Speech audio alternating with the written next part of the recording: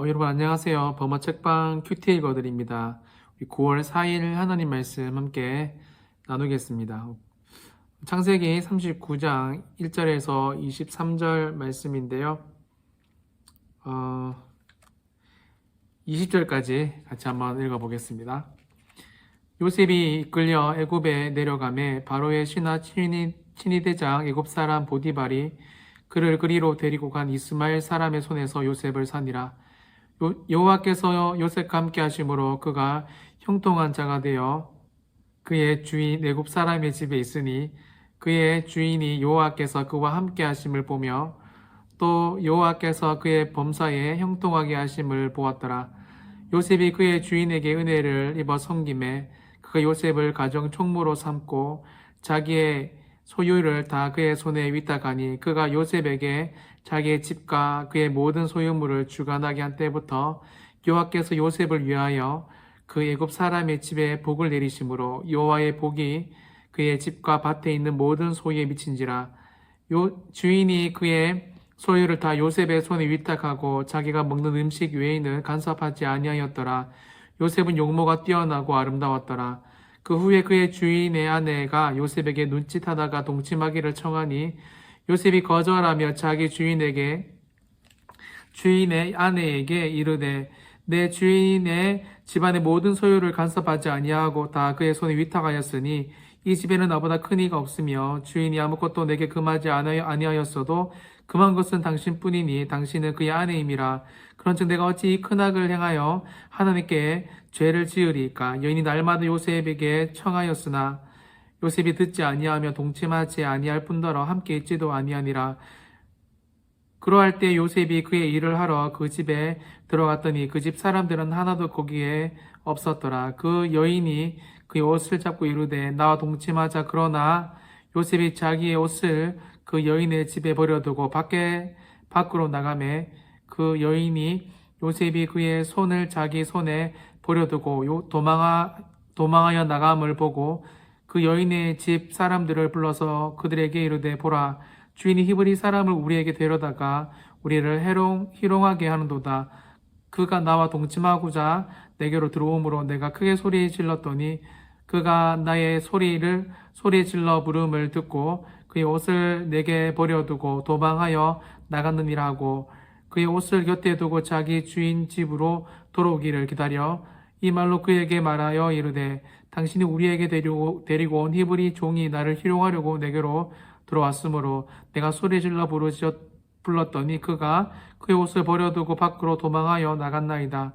그의 주인이 자기 아내가 자기에게 이르기를 당신의 종이 내게 이같이 행하였다 하는 말을 듣고 심히 노한지라. 이에 요셉의 주인이 그를 잡아 옥에 가두니 그 옥은 왕의 저수를 가두는 곳이었더라. 요셉이 옥에 갇혔으나. 아멘. 오늘 이 창세기 39장 말씀은 우리가 너무 잘 아는 말씀이기 때문에 제가 뭐 이렇게 크게 부연 설명하지는 않겠습니다. 우선 이 말씀을 보면서 크게 네 가지를 생각해 봤는데요. 여러분이 요셉의 이 새 출발은 여러분 1절에 보시면 요셉이 이끌려 애굽에 내려가매 바로의 신하 친위대장 애굽 사람 보디발이 그를 그리로 데려간 이스마엘 사람의 손에서 요셉을 사니라. 여러분 요셉의 새 출발이 두 번째 출발이 이끌려 여러분 이렇게 노예 미디안 상인한테 팔려서 이게 여러분 잡혀서 이끌려서 자신의 의지가 아닌 타의로 시작되었고 노예로 시작되었다는 것을 본문은 말합니다. 여러분 인생의 새로운 출발이 노예로부터 시작한 사람이 어디 있겠습니까? 요셉의 출발 최악이었다라는 겁니다. 그런데 요셉이 성경에서 어떻게 요셉의 삶이 진행되는지 살펴보면 2절에 여호와께서 요셉과 함께 하심으로 그가 형통한 자가 되어 또 이 3절에도 보면 여호와께서 그와 함께 하심을 보며 여호와께서 그의 범사에 형통하게 하심을 보았더라. 여러분 요셉의 인생이 참 힘든 인생이었습니다. 하지만 여러분 여호와께서 요셉과 함께 함으로 그가 형통한 자가 되었다라는 것을 성경은 계속 이야기하고 있어요.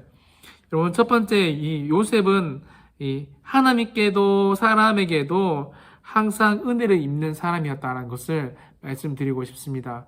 이게 참 중요한 것 같아요. 우리 인생에 좋은 일이 있고 나쁜 일이 있고 그것이 병행되는 게 우리 인생이지 않겠습니까? 그런데 여러분 요셉의 인생은 이렇게 새로운 출발이 힘든 와중에서도 요셉은 하나님께도 사람에게도 은혜를 입는 사람이었다.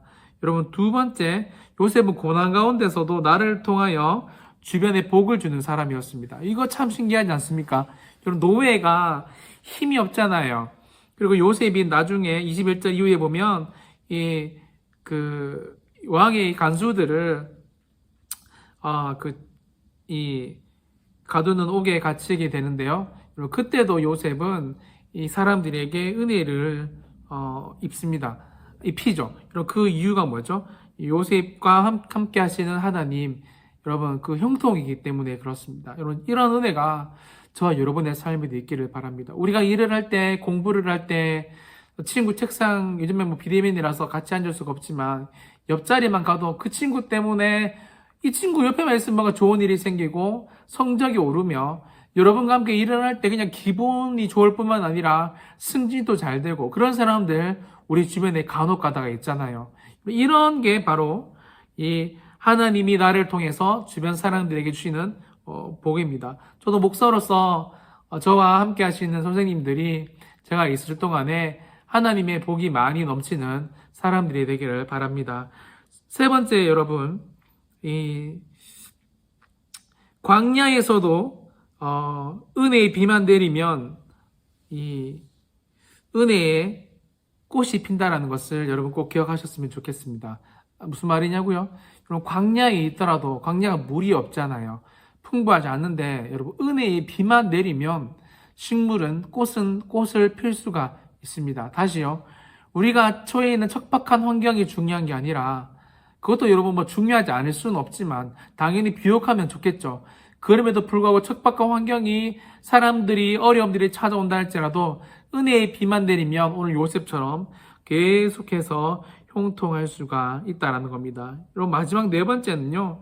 오늘 7절에서 11, 12 뭐 이렇게 20절까지 나오지만 이 보디발의 아내 때문에 여러분 이 요셉은 참 힘든 상황들을 경험하는데 우리 인생에 여러분 고난을 주는 것도 사람이지만 여러분 참고로 오늘 본문에서도 하나님은 사람들을 통해서 계속 일하고 계심을 보게 됩니다.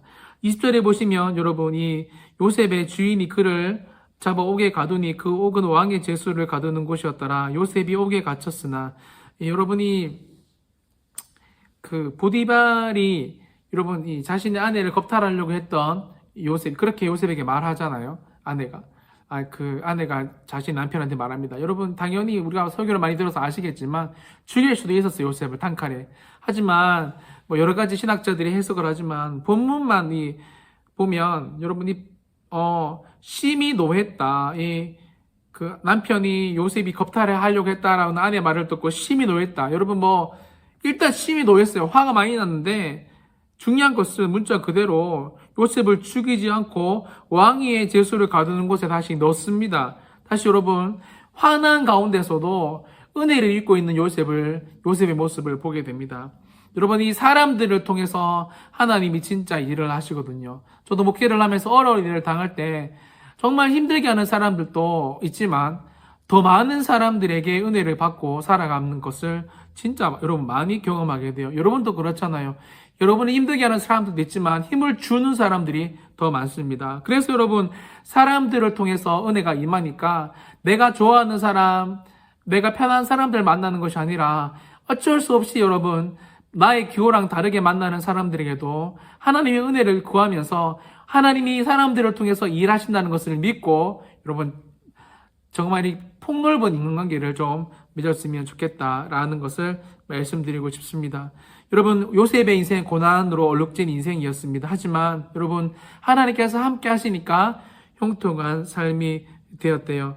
여러분 우리가 볼 때는 이 말을 하고 마칠 건데요. 우리가 볼 때는 우리 인생에 하강 곡선이 계속 진행되는 것 같아 보여도 여러분 그게 하나님의 놀라운 계획 속에서는 상승 곡선이 될 수 있다는 것을 명심하시기를 바랍니다.